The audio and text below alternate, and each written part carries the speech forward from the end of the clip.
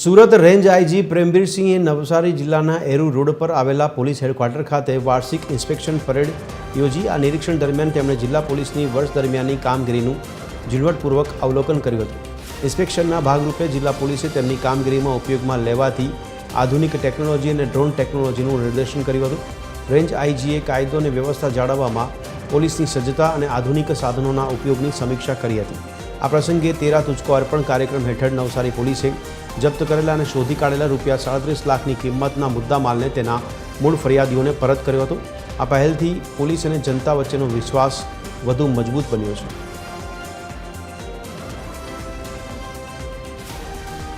Police દ્વારા અને SP Shri દ્વારા ખૂબ જ સરસ પરેડનું આયોજન કરવામાં આવેલ। આમાં વિભિન્ન જે પોલીસ ડ્રિલ્સ હતી એનું આયોજન કરવામાં આવેલ હતું અને એક ખાસ વાત આજે એ કરવામાં આવેલી કે ટેકનોલોજીનું આ ડ્રિલ્સ દરમિયાન સારી રીતે ઉપયોગ કરવામાં આવેલું। દાખલા તરીકે જે બિલ્ડિંગ ઇન્ટરવેન્શનના જે ડ્રિલ હતા તો એનું આખું મોનિટરિંગ પોલીસના ડ્રોન ને ઉડાડીને અને કંટ્રોલ રૂમ મૂવ કરીને એ સાઇટથી લગભગ 100 મીટર દૂર એનું લાઈવ નિરીક્ષણ અને સુપરવિઝન કરવામાં આવેલ હતું।